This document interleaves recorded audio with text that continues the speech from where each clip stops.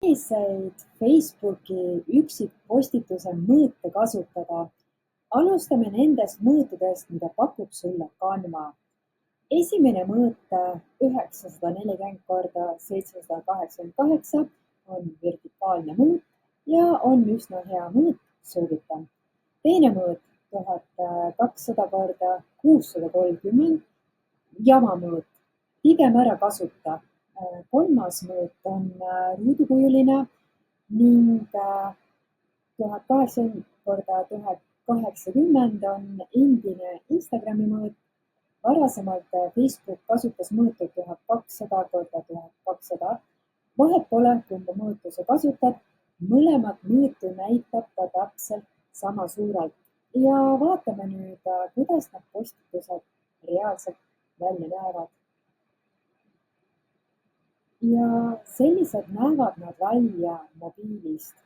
Näiteks esimesed kaks on siis need ruudukujulised mõõdud. Ja nüüd siis see esimene vertikaalne mõõt, mis on väiksem kui ruudukujuline mõõt. Ja siin nüüd see mõõt, mida ma ei soovita. Vaadake, kui väike see mõõt on. See on mobiilis täiesti olematu. Nii väike pind ei tõmba tähelepanu ja postitust tasubki teha selleks, et saada tähelepanu. Ja nüüd need mõõdud siis arvutist.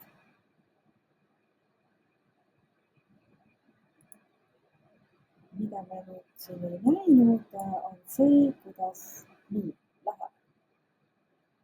Ruudukujuline 1200 korda 1200, siin on siis 1080 korda 1080, näete, et need mõõdud on ka arvutist täpselt samad. Siin on nüüd vertikaalne mõõt, mis on ka arvutist väiksem kui ruut ja nüüd see jama mõõt on ju jama, nii väike.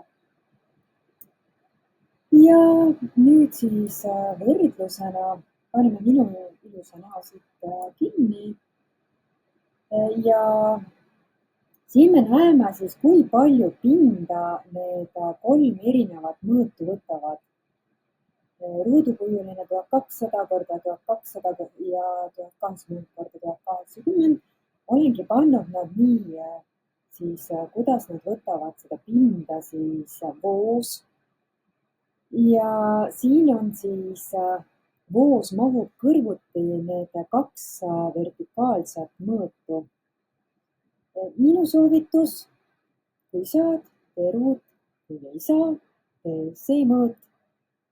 Kui saad, ära tee seda mõõtu ning nüüd vaatame ka seda, kui sa nüüd ristpostitad Instagramist, kuidas jääb see mõõt. Vasakul pool on siis Facebooki ruut ja paremal pool siis Instagrami 4:5 mõõt. Ja kui vahepeal sel aastal oli selline lugu, et Facebook lisas siis ruudukujulistele postitustele siis külgedele sellise ääreriba, siis hetkel seda ei ole, aga nii Instagramis kui Facebookis võib päevapealt midagi muutuda, kuid hetkel on niimoodi, et ma isegi täiesti ei soovitaks kasutada sul Facebookis Instagrami mõõtu 4:5.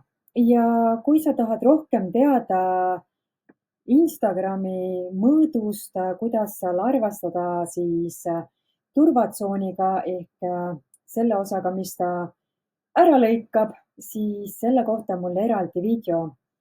Kui sa tahad teada Facebooki videomõõdude kohta, siis parim võimalus on liituda varsti algava brändingusturunduseni õpigrupiga. Igatahes need mõõdud hetkel kehtivad, võid teada anda, kuidas on sinu kogemused.